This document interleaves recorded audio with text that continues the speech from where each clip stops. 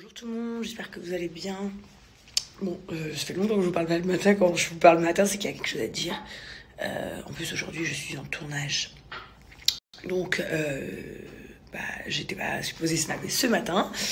Mais c'est pas grave, je vais le faire. Alors, je viens de me faire défoncer sur Skyrock. Mais genre, défoncer, on va pas se mentir. Par rapport à l'histoire de Marie sans filtre.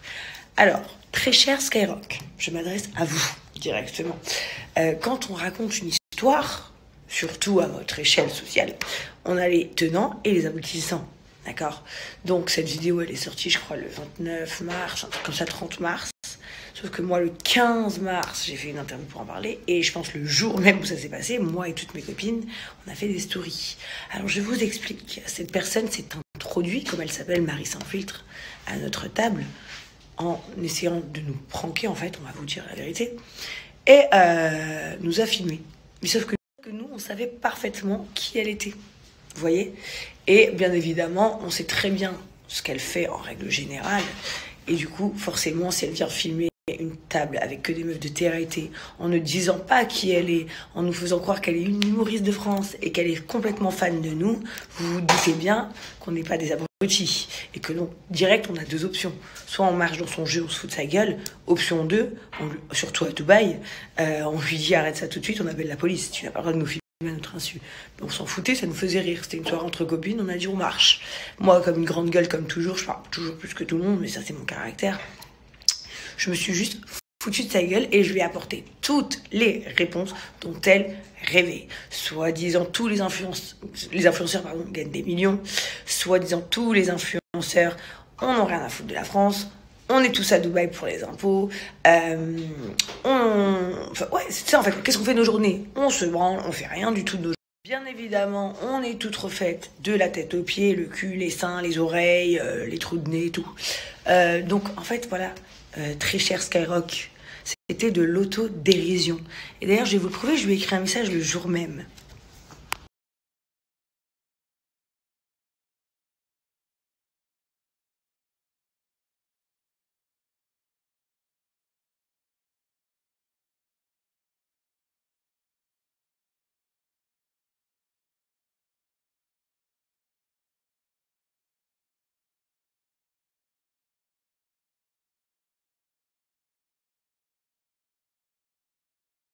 Donc, tout simplement, très cher Skyrock, comme vous pouvez le voir, c'était le 3 mars, je me rappelle même pas de la date. On jouait juste avec elle et on ne l'aurait jamais laissé partir de Dubaï. De Dubaï, je vous parle pas de la table, hein, de Dubaï, si on n'était pas dans un jeu de rôle, quoi, de rôle.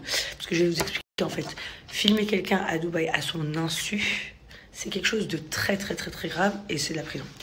Par contre, au-delà de ça, je ne vous dis pas que Marie sans filtre n'aura pas des problèmes à Dubaï, mais pas par rapport à nous les influenceuses, parce que nous n'avons pas porté plainte contre elle du tout. Du tout, genre, elle s'est foutue de notre gueule, on s'est foutu de sa gueule, on lui a donné toutes les réponses qu'elle voulait avoir. Au lieu de rentrer dans des vrais débats, ça aurait été nul. Si on serait rentré dans des vrais débats, ça aurait été du sérieux. Voilà, donc bien évidemment, on lui a dit ce que beaucoup de Français pensent de nous les influenceurs de TRT, et ce qui est complètement faux en fait. On est débiles, on est tous refaits, on est blindés, on s'en fout de la France, on s'en va avec le papier nous en la journée, on n'en fout pas une, voilà, le truc traditionnel quoi. Alors qu'en réalité, vous vous doutez bien que si on n'en foutait pas une, enfin même avoir des enfants, c'est pas ne pas en foutre une. Pour ma part, j'ai plusieurs business, je ne parle pas de e-commerce bien évidemment, je parle de vrais business réels. Donc voilà, je trouve ça un peu dommage que vous marchiez dans ce sens, jusqu'au point de dire aux gens, allez, un follow. Très bien, si ça vous fait plaisir. Moi, je n'ai rien à foutre, personnellement, pour être très honnête avec vous, je ne travaille pas avec vous. Ma petite sœur travaille avec vous, moi je travaille pas avec vous, donc je m'en branle de ce que vous dites. Mais je rectifie la réalité, parce que c'est dommage, je trouve, d'inciter à la haine, parce que visiblement, ce que vous faites, c'est d'inciter les gens à la haine contre moi, pour des choses qui ont été dites et redites. D'ailleurs, vous pouvez aller aussi voir l'interview que j'avais faite en expliquant toute l'histoire. Et c'était quelque chose de super drôle à la base, de répondre à une personne. Imaginez-vous à ma place, vous avez deux options, soit vous débattez avec quelqu'un, soit vous lui donnez toutes les réponses qu'il a envie d'entendre. Excusez-moi, c'est plutôt drôle. Voilà. Pour terminer sur cette jeune demoiselle, donc je vous disais, si elle a des problèmes à Dubaï, ce n'est pas avec nous, parce que nous, aucune de nous avons porté plainte contre elle. Elle a des problèmes avec le gouvernement, tout simplement, par rapport à des choses qu'elle a dit ou montré, je ne sais pas, sur Dubaï, je ne sais pas exactement. Mais, donc, voilà, en fait. Donc, je pense que juste, quand on raconte une histoire, bah, on la raconte bien. Donc, à faire, je vais répondre à un dernier truc que j'ai entendu hier soir quand je mangeais chez moi. Parce qu'en fait, je suis pas trop les réseaux, comme je vous l'ai déjà dit, je n'ai même plus Instagram, donc j'en ai un peu rien à cirer.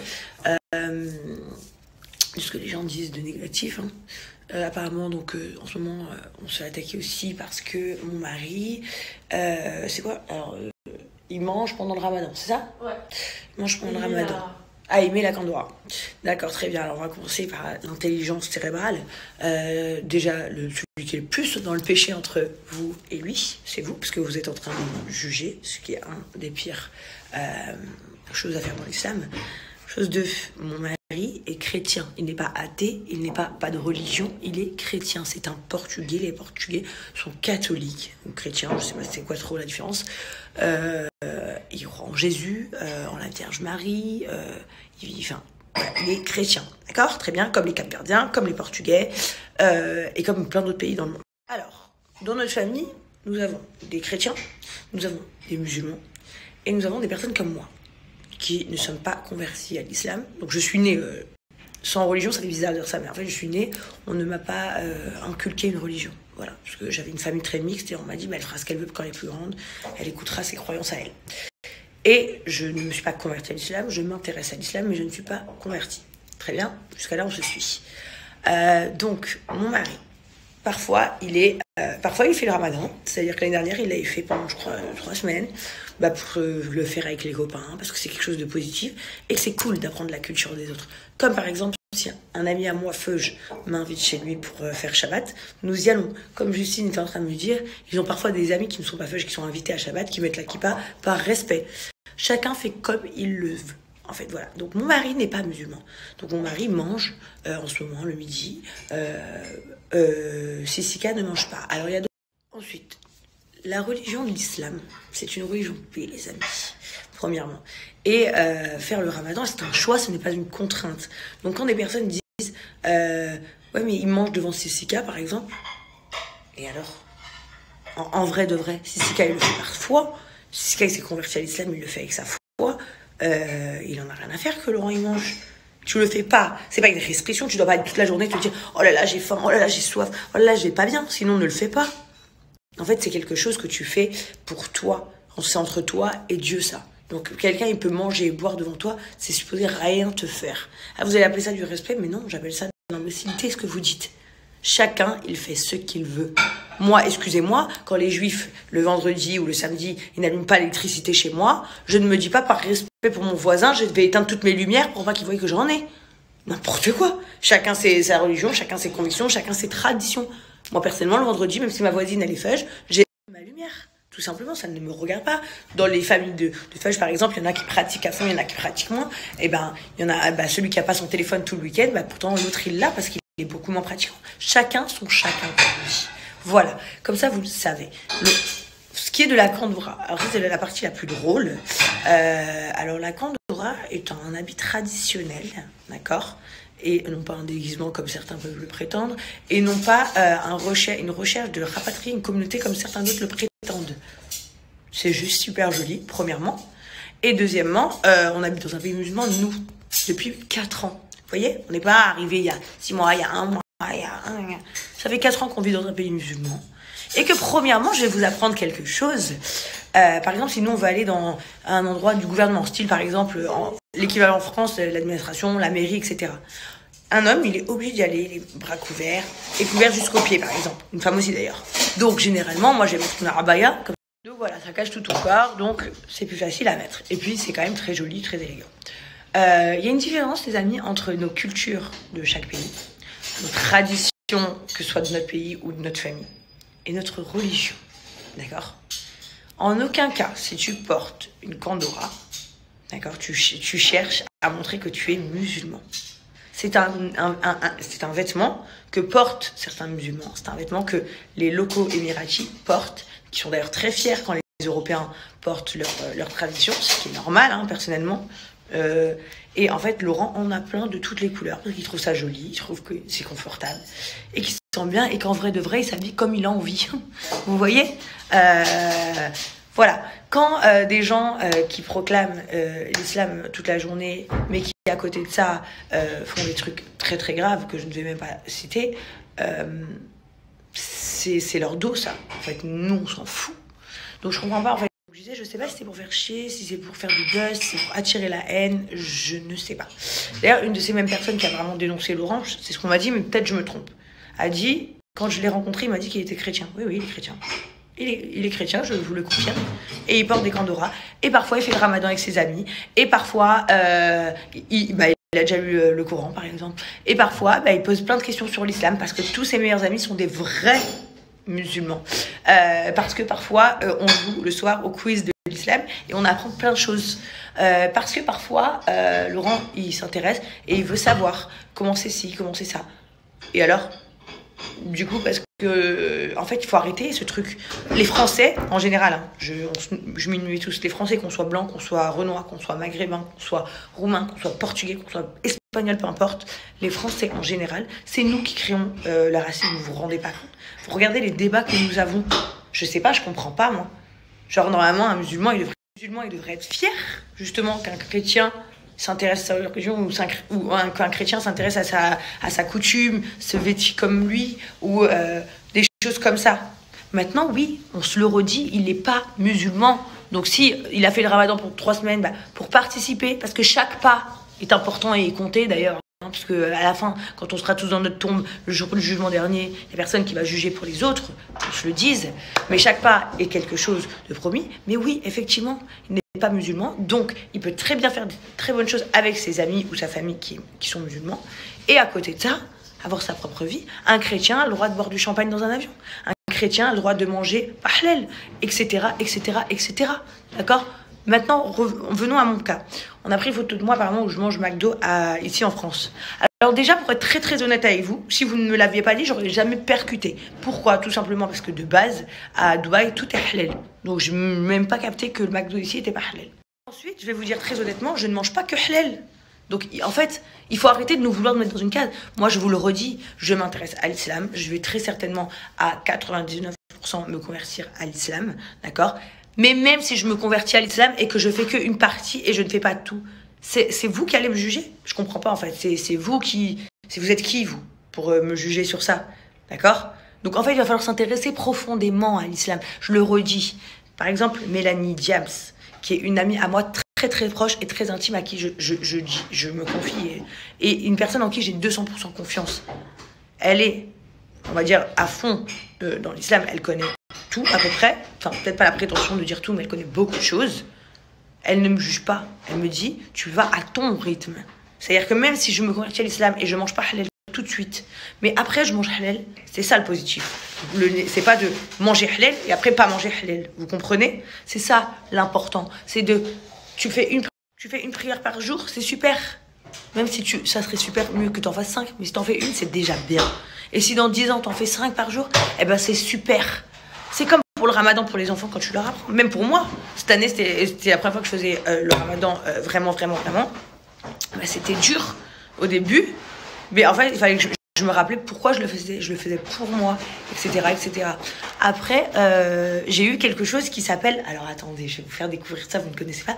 Les règles. C'est une semaine où les filles, nous avons des ragnagnas. C'est une semaine donc du coup où nous ne jeûnons pas.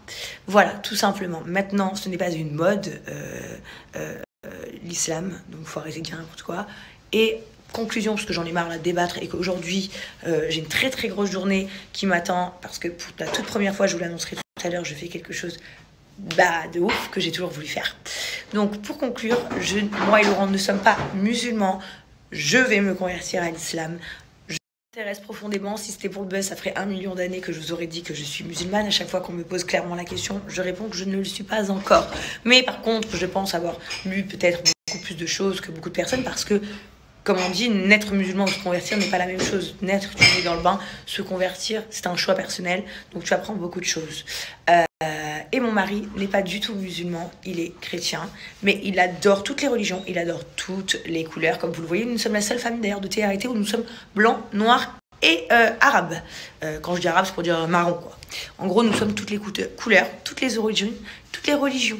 D'ailleurs, j'ai tourné une vidéo il y a 3 jours de ça, qui devait sortir hier, et mon cadreur Bouba, il n'a pas eu le temps de monter, je lui ai demandé de le monter aujourd'hui. Et c'est drôle parce que c'est un peu un rapport avec tout ça. Donc je vais vous la poster ce soir sur Instagram. Et voilà, à côté de ça, aussi, ah oui, mon mari dit des mots en arabe.